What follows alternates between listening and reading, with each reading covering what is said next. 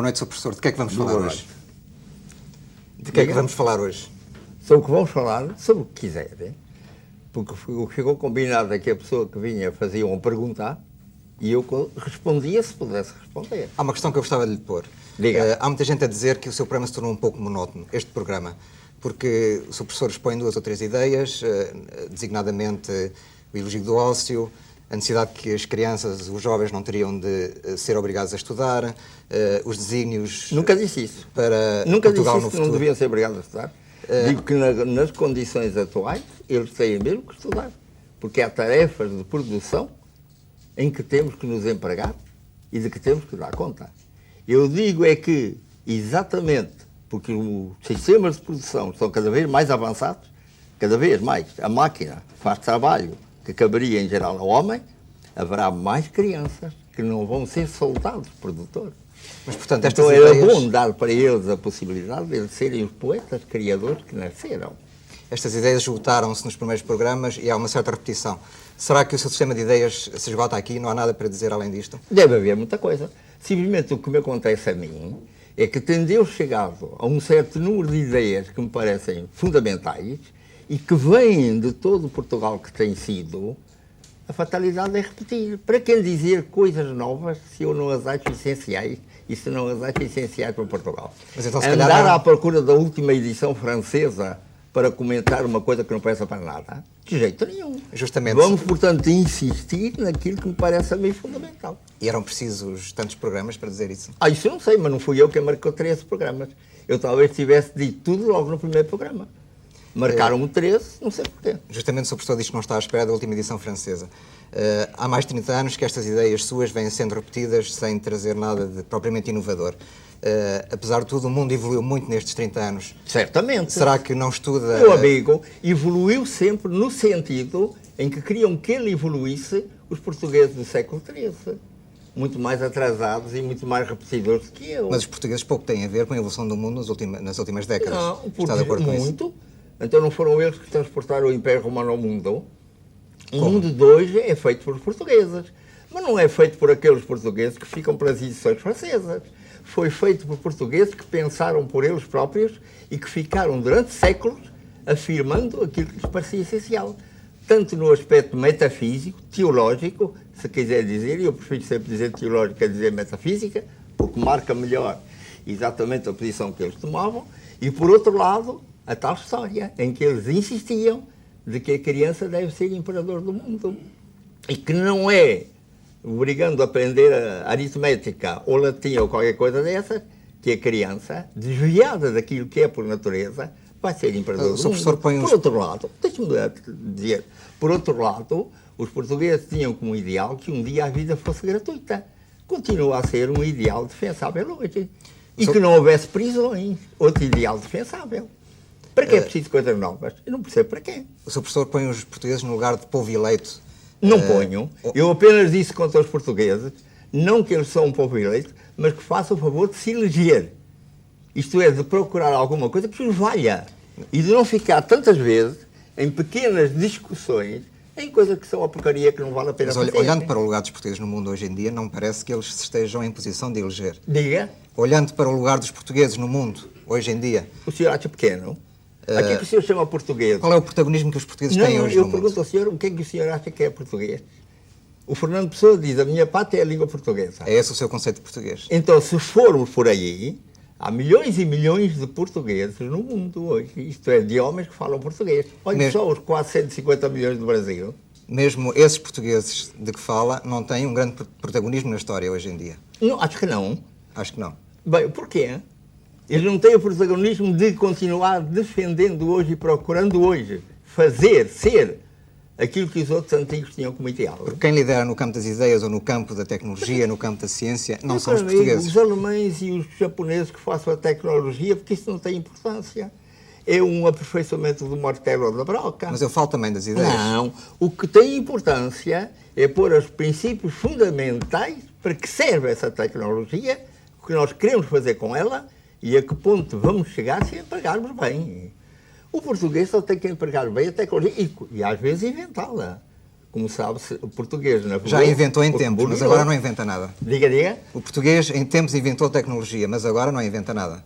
Não, acho que não. Inventa usar da tecnologia, meu querido amigo. O que é que inventa? Enquanto que as pessoas ficam sujeitas à tecnologia e vão ficar durante muito tempo, o português sempre procurou libertar-se disso e daí vem dizer-se muitas vezes que o português não gosta de trabalhar. Se há uma tecnologia que trabalhe por ele, ela que avança. Ele tem coisas mais interessantes para fazer como poeta. Acha que o português não trabalha? Trabalhar. Eu acho que trabalhou, sempre que foi preciso. O que é que têm feito os imigrantes pelo mundo? Exato. Onde eles vão e onde é preciso Então, trabalhar, eles trabalham. Está a dizer que o português não gosta de trabalhar, é isso? O português, dentro de determinadas condições, se a vida lhe fosse inteiramente favorável, ele gostaria muito mais de contemplar e poetar do que trabalhar. Hein? Mas quando é levado a uma função em que tem que trabalhar, ele trabalha mesmo. Mais uma vez está a pôr os portugueses no lugar de povo eleito. Povo especial. Não, meu querido, não, calma. Calma. Porque não é impunemente que se põe num jornal uma pergunta de se eu sou um gênio ou uma fraude. Para o seu professor não há grande diferença entre gênio e fraude. O meu amigo dá licença, eu quero dizer-lhe que essa pergunta do jornal, gostei muito dela. Porque é a pergunta que se deve fazer para toda a gente. E sobretudo para portugueses. Eu gostava de ver o que é que respondiam todos aqueles portugueses que construíram o Brasil entre 1500 e depois do Tratado de Madrid, de 1750, que durante 250 anos foram geniais na marcação das longitudes, que ninguém era capaz de marcar no mundo como eles, e ao mesmo tempo eles fizeram cartografia falsa, tranquilamente, durante 250 anos. O que é que eles responderiam? Mas as ideias do seu professor alimentam-se de glórias passadas. Diga. As ideias do senhor professor alimentam-se de glórias passadas. Não, senhora. Isso foi o que os portugueses fizeram há uns séculos. Não. Alimentam-se de glórias futuras. Indo buscar as ideias do passado. Não das glórias passadas. O meu amigo não sabe que eu tenho dito muito das comissões de descobrimentos, por exemplo. Mas que sinais... O que era interessante hoje fazer-se não era uma comissão de descobrimentos para comemorar os descobrimentos a partir do século XV. O que era interessante fazer-se era uma comissão que marcasse quais os descobrimentos a fazer no futuro. Isso não é possível. Como não é possível, o meu amigo acha que não é possível. Consegue prever os descobrimentos que vai haver no futuro? Sim, senhor. Quais são? Isto é, qual a maneira, qual o comportamento das pessoas. Por exemplo, hoje o homem que nasce, e eu creio que o homem que nasce é sempre criador. E criador único. Não há nenhum homem igual a outro homem em bilhões de homens. A sua mensagem é uma mensagem única. E o que acontece no mundo é que a maior parte das pessoas que surgem no mundo com essa mensagem particular, individual deles, nunca a podem pronunciar, exatamente porque as condições sociais, as condições de vida, as condições de trabalho, o facto da vida pesar sobre nós, e tem que pesar, e há que pesar, para se conseguir a vitória sobre a carência, uma porção de gente fica eliminada. Então, um grande descobrimento futuro é ver de que maneira essa economia pode avançar mais rapidamente e mais humanamente do que tem avançado, até que cada homem possa cumprir a sua verdadeira missão na vida, que é ser poeta criador. Mas são os portugueses que vão fazer esse descobrimento? Diga. São os portugueses que vão fazer esse descobrimento? Meu querido amigo, pelo menos são os portugueses que o desejam. E nunca se sabe. E os outros não desejam? Nunca se sabe se aqueles que vão realizar uma coisa a realizaram por si próprios ou tangidos por milhares de pensamentos no mundo. A coisa é muito complicada. A ação e pensamento e a relação entre os dois são extremamente complicados para que a gente decida logo uma coisa ou outra. E que sinais é que o seu professor encontra na sociedade portuguesa atual que o leva a prever que o povo português tenha esse protagonismo no futuro? Eu quero dizer, o povo português é o mesmo que pensou estas coisas no século XIII, é o mesmo que deu o Camões e que pensou o Camões, é o mesmo que deu o Vieira e que pensou o Vieira. Mas estamos referidos ao passado, mais uma vez. Diga? Estamos referidos ao passado, mas o presente... Eu não posso falar de poetas futuros é uma coisa muito diferente. Do presente. Não acha? Mas eu pergunto o presente. Meu querido amigo, eu não posso falar de um Camões que ainda não existe, ou de um Vieira que ainda não existe. Eu estou a falar daqueles que existiram até hoje. E por isso cito Camões, e por isso cito Vieira. E ainda acrescento, não provavelmente um grande poeta, porque há outros poetas portugueses ou não que fizeram poemas tão extraordinários como ele, mas o poeta, que digo eu, foi aquele que mais se aproximou do que devia ser o ideal do poeta, quer ser ele próprio poema, que foi o Fernando Pessoa. E que veio dizer ao português uma coisa fundamental, marcando bem que o português é plural. E que é na sua pluralidade que ele se tem que afirmar. Então coloca Camões, Vieira e Pessoa como profetas? Não como profetas. Primeiro é preciso que nós disséssemos que coisa é um profeta. Um profeta pode ser apenas aquele, não que está indicando o futuro, mas que olha a eternidade. Se o meu amigo tomar a palavra profeta, a profeta pode ser para quem o ouve, aquele que diz como vai ser o futuro. Mas para ele que está, segundo os outros dizem, profetizando, é apenas aquele que vê a eternidade. Considera-se um profeta, o seu professor? Diga. Considera-se um profeta? Quem? Eu? Sim. Evidentemente que não. Eu sou profeta. O meu amigo há pouco disse que eu vivo do passado. Como é que me chama agora profeta? Mas quer se inspirar no passado para prever o futuro. Ora, parece que são coisas totalmente distintas. É evidente que se eu estou a fazer geometria e há uma linha que me parece sempre reta, eu digo, a não haver qualquer coisa de inesperado, esta linha vai continuar reta. Se, por outro lado, uma linha começa a ter uma inclinação parabólica, eu digo, esta linha o que vai gerar, o que vai dar de si é efetivamente uma parábola. A história dos portugueses é assim tão linear? Diga. A história dos portugueses é assim tão linear? Depende do que o meu amigo acha que é linear. Na geometria descritiva ou na geometria analítica há coisas muito para além do limiar extremamente complicadas. Não parece nada que no passado fosse possível prever aquilo que veio acontecer a Portugal no século XX, por exemplo. Não se trata de prever, meu querido. Trata-se de marcar aquilo que os portugueses achavam que devia ser ideal eterno para o português. A tal história teológica do divino, de que tanta gente se ri. Mas está a encontrar valores num chamado espírito português que se calhar não existem e que outras pessoas dirão que são totalmente diferentes. O quê? A questão do divino? Sim, esse tipo de valores de que fala. Hoje, os verdadeiros teólogos, aquele que se aprofunda na sua religião, qualquer que seja essa religião, eles estão chegando cada vez mais à mesma ideia de divino puro, de absoluto. Aquilo que o Fernando Pessoa, num poema, chamou o cais absoluto, de que os cais que existem no nosso mundo são saudades de pedra. Fernando Pessoa é Fernando Pessoa, não é os portugueses. Diga? Fernando Pessoa é Fernando Pessoa, não representa os portugueses na sua globalidade. Mas é um português. E se cada português, por si mesmo, não representa os portugueses, eu gostaria de saber quem os representa. Provavelmente ninguém, ou talvez o Presidente da República, o que é que é? Não, o Presidente da República é eleito pelos portugueses que, segundo diz, não existem como portugueses. Mas é que não podem eleger um português. Se é eleito, representa. Porque é que se tem que ver como português? É o conjunto do fundamental que os portugueses pensaram por um lado e, por outro lado, o que fizeram por outro. Não tem medo, não tem receio que as suas ideias sejam apropriadas pela extrema-direita? Meu querido amigo, podem ser apropriadas pela extrema-direita e eu farto-me de rir agora com o que vejo no Brasil, em que o candidato da esquerda foi apropriado pela direita. E é a direita que está vencendo. E é o candidato da esquerda que vem dizer, eu próprio não podia ter feito tais coisas que eles estão agora fazendo. De maneira que às vezes há dessa surpresa. Mas eu acho que não. Mas se a extrema-direita, a que é que o senhor chama extrema-direita? É aquela que chega, que se senta num parlamento para o lado direito do presidente ou é qualquer outra coisa? Atualmente nem sequer está ao lado direito do presidente, não está no parlamento. Pois é. Então como é? Como é essa história? O que é direita, na realidade? A direita defende valores conservadores, nacionalistas... Bom, há duas espécies de conservador, que é o conservador da lata e o conservador da sardinha.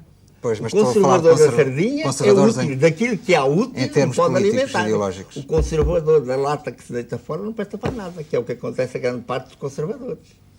Mas no seu caso, por exemplo, considera-se um conservador? Se o meu amigo diz que ter ideias que continuam a achar que são vivas e úteis, as ideias do século XIII é ser conservador, faça favor. É por sua conta só que eu digo, sou conservador da sardinha, não da lata. Não da lata. Ao passo que quem sabe se o meu interlocutor, que parece que talvez seja de esquerda, é conservador de uma espécie de lata qualquer, que ainda não apareceu ou de que a gente já se lembra. Considera-se monárquico ou republicano? Diga. Considera-se monárquico ou republicano? É preciso que o meu amigo me diga o que é ser monárquico e que me diga o que é ser republicano. Defende a autoridade de um rei como chefe do Estado ou defende a autoridade do presidente? Não é assim. E se um rei é eleito como é? É presidente ou rei? O que é que acha? Segundo a Constituição é presidente. É, mas segundo as Cortes Gerais em Portugal, durante séculos, o rei era eleito. Era um presidente ou era um rei? Como era? Mas tivemos as dinastias, havia uma sucessão, uma linha Claro, sucessória. meu querido amigo, mas o primogênito de uma dinastia era aquele que era apenas candidato perante as cortes a vir a ocupar o trono. E o meu amigo sabe perfeitamente, porque sabe história, que muitas vezes um rei que tinham as cortes aceitado era posto fora, era posto de lado, quando se verificava que não cumpria as funções que tinha que cumprir. Mas não respondeu à minha pergunta, qual é o sistema que defende? Meu amigo, é o sistema que Portugal conseguir criar, porque atualmente não tem sistema. Atualmente Não tem sistema atualmente? Não, o sistema português é um misto de sistema francês e inglês e qualquer outra coisa que apareça, porque há 200 anos que Portugal não tem um regime Mas propriamente provavelmente é o português. melhor que se consegue arranjar. Diga? Provavelmente é o melhor que se consegue arranjar. Sim, mas o melhor que se consegue arranjar não serve. É o melhor que tem de ser. O que se consegue arranjar é apenas uma coisa que serve de momento Mas não. acha que aquilo a que se chama um sistema português seria melhor do que aquele que existe atualmente? Seria português. E não houve até agora. O ser português E não... provavelmente vai existir. A vida portuguesa se vai desenvolver e provavelmente um dia aparece um sistema que não tenha os efeitos de muita coisa do sistema inglês ou francês, apesar das vantagens que ele trouxe perante todo o sistema, etc. Não? E então aí é que se torna um sistema português, que ninguém pode inventar. Ele tem que vir da vida. Ele tem que crescer do vivermos, do pensarmos e do vivermos. Mas se calhar o sistema português é pior do que o atual. Diga? Se calhar o sistema português, Meu só pelo facto de ser amigo, português, não é garantia de não, qualidade. os sistemas portugueses que houve não foram piores que os atuais. O primeiro, que era realmente um rei, como diz, coordenando, conjugando municípios republicanos, eram ao mesmo tempo, Portugal era ao mesmo tempo monarca e republicano. De maneira que perguntaram a uma pessoa que é portuguesa se era monarca ou republicano, o português deveria responder: o meu sistema seria aquele que conjugasse todas as possibilidades do regime monárquico e todas as possibilidades do regime republicano. Acha que o Estado Novo era um sistema português? Meu querido amigo, creio que não. É uma das tais imitações. O meu amigo sabe que o Estado Novo foi um sistema imitado dos italianos, um pouco tocado pelos alemães, mas sobretudo imitado dos italianos. Mas era um sistema... E para uma altura em que um regime republicano tinha falhado no que competia à administração do país. O regime do Estado Novo foi um regime estritamente financeiro, um regime de contabilista, Mas um regime que, de qualquer modo, se inspirava em ideias portuguesas tradicionais. Inspirava-se em ideias portuguesas não, meu tradicionais. amigo, que nada. Nacionalistas. Meu amigo, os defesa desses valores místicos da história os de portugueses que dobraram fala o cabo, também. ou os portugueses que construíram o Brasil, teriam dito que aquele regime não era português. Porque era apenas de contabilidade. Era um regime de guarda-livros, com todo o respeito que eu tenho pelo guarda-livros. O seu professor vota? Diga? Vota.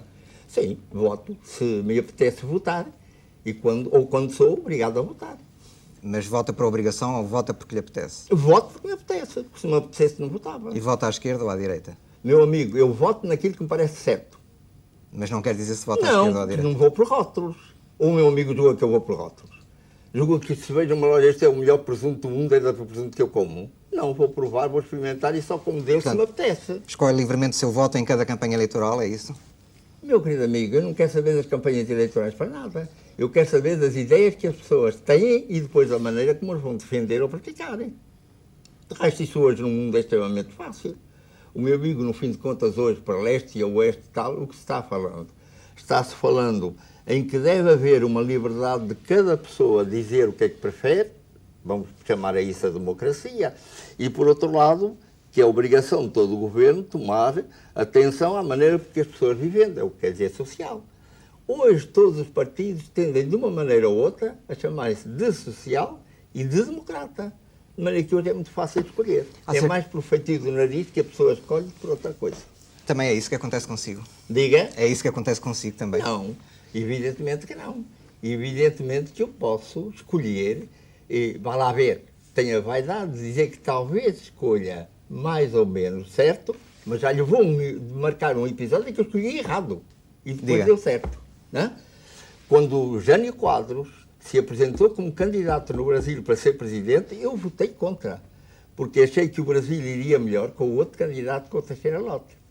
Mas depois, Jânio Quadros foi eleito por uma quantidade esmagadora de votos. Eu, nessa altura, tinha ido para a Universidade da Bahia para fundar o primeiro centro de estudos africanos e orientais que houve no Brasil, que deu modelo para todos os outros e que se espalhou até para a América Latina. E nesse momento, o presidente Jânio Quadros entrou em relações com a Universidade de Bahia para ver como é que se podiam estabelecer boas relações entre o Brasil e a África, sobretudo a África Ocidental. E eu fui o encarregado dessa tarefa. Está vendo? Quer dizer, vota-se contra, porque pareceu que seria melhor para o Brasil, mais tranquilo para o Brasil ir numa certa direção, e de repente a vida vem e mostra.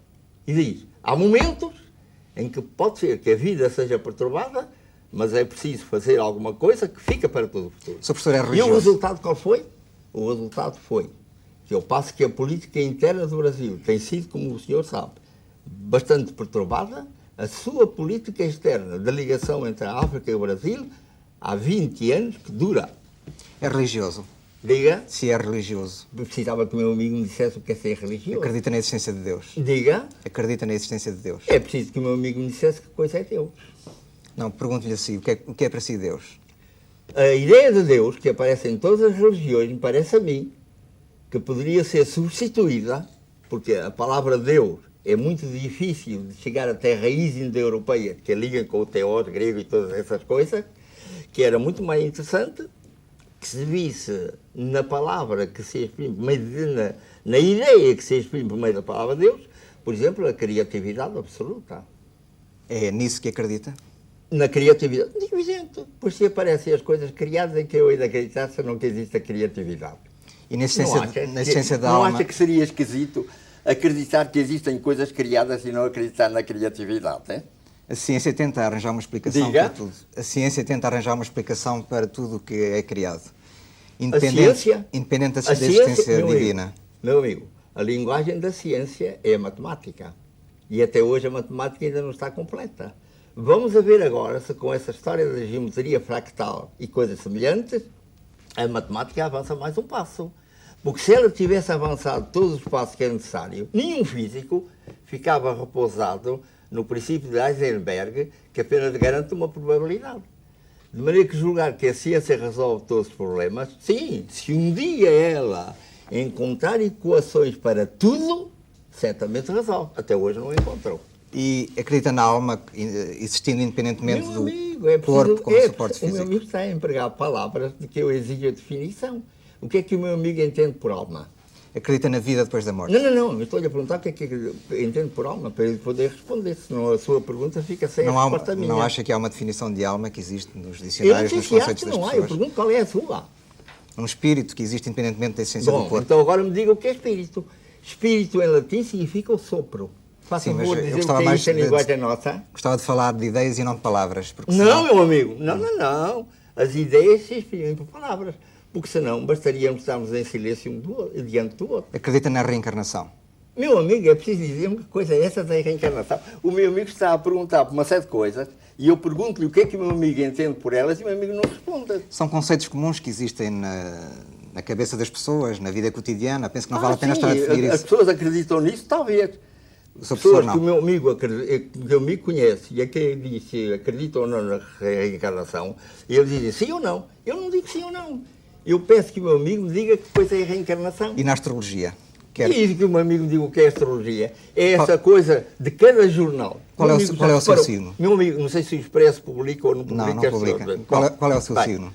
Diga. Que signo é? De que signo é? Meu amigo, digo-lhe o seguinte: se o meu amigo comparar as páginas astrológicas que vêm todas as semanas, ao sábado, ou ao domingo, ou não sei o quê, nos jornais que se publicam aí, o desgraçado que tiver um signo vê-se aflito. Lá, isso Porque é uma verdade. porção de perdições é que morre de repente e a outra perdição é que vai demorar 500 anos a morrer, não é? Inteiramente absurdo. Não é? A astrologia é uma invenção sobre posições de dados que pouca gente conhece, não são astrónomos, não sabem aquilo, e não se sabe nada a respeito da influência de um astro na vida da Terra, na vida das E na vida pessoas. extraterrestre? Diga, Na vida extraterrestre? Na Acredita? vida? Extraterrestre. meu amigo, a vida extraterrestre depende da definição que o meu amigo der de vida. Quando se tratou de averiguar se havia vida em Marte, o problema que apareceu imediatamente é dizer o que era vida. Porque podia chegar-se a Marte e não haver gente como nós, e não haver couves, por exemplo. Mas não queria dizer que não houvesse vida em Marte. Por exemplo, um cristal que cresce tem vida ou não tem vida? E só depois de se chegar a uma definição de vida é que o meu amigo pode ir a qualquer planeta ou a encontrar qualquer objeto e dizer se ele é vivo ou não. Antes disso não pode. Completamente impossível. Quais são os seus projetos para o futuro? São viver. Só Viver, mais nada. ter amigos como o senhor, capazes de pôr em questões que é preciso discutir e poder falar de tudo e ver tudo, louvando sobretudo, acima de tudo, a liberdade que têm as pessoas de dizer o que lhes apetece, onde lhes apetece, sem provar nem uma coisa nem outra. Muito obrigado, Sr. Professor. Nada. Boa noite. Muito gosto.